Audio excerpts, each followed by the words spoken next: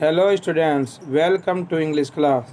Today we are going to study sentence and its formula in this video. So let's start. Sentence. A sentence is a group of words which makes a complete sense of meaning. Sentence शब्दों का वह समूह होता है जिससे पूरा meaning निकलता है.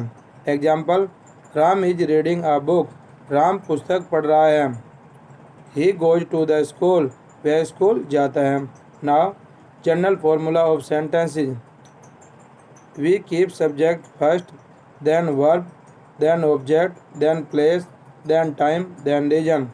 सो this is complete formula of sentences. Now subject. What is subject? Subject क्या होता है?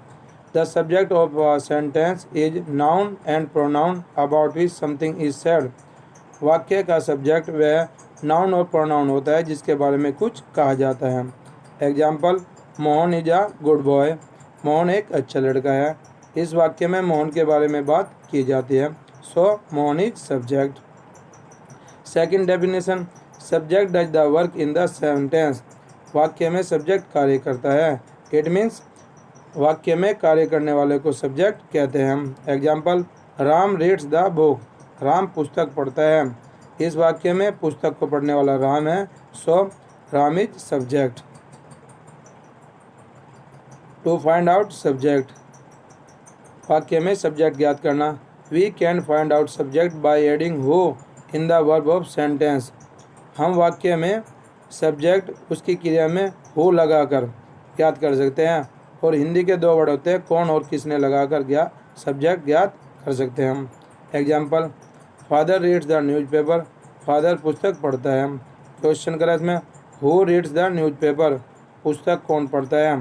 आंसर आया father. So father is subject. Now object.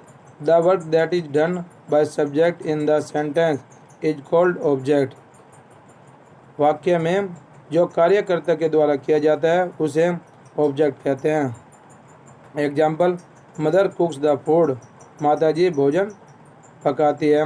तो भोजन पकाने का काम किसके द्वारा किया गया? माता जी के द्वारा. तो भोजन हमारा ऑब्जेक्ट हो गया. To find out object. We can find out object by adding what and whom in verb of sentence. वाक्य की क्रिया में क्या और किसको लगाकर हम ऑब्जेक्ट ज्ञात कर सकते हैं.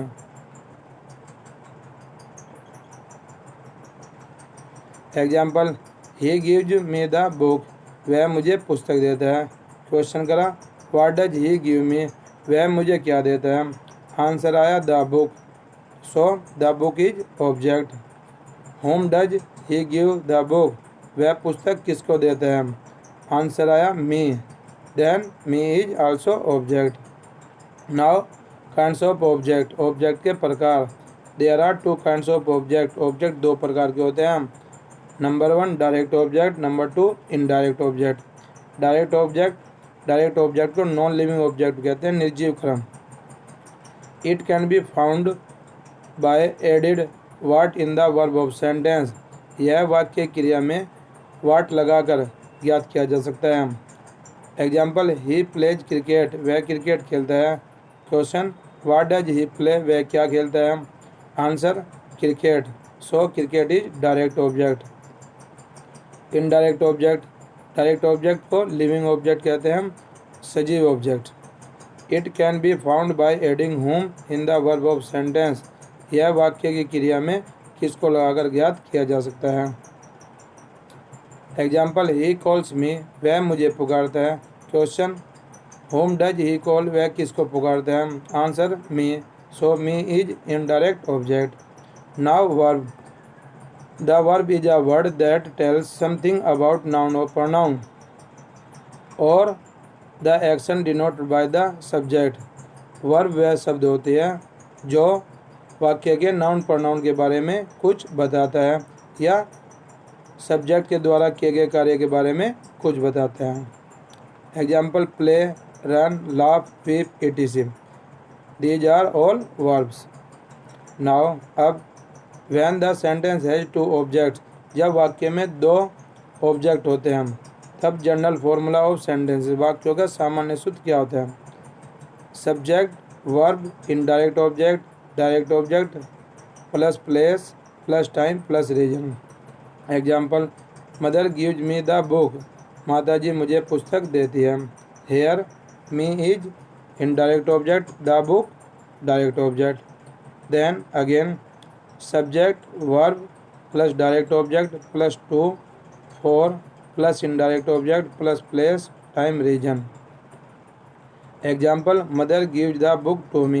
Here the book direct object and me indirect object. So students, I hope you have understood better. So keep practicing till next video. Thank you.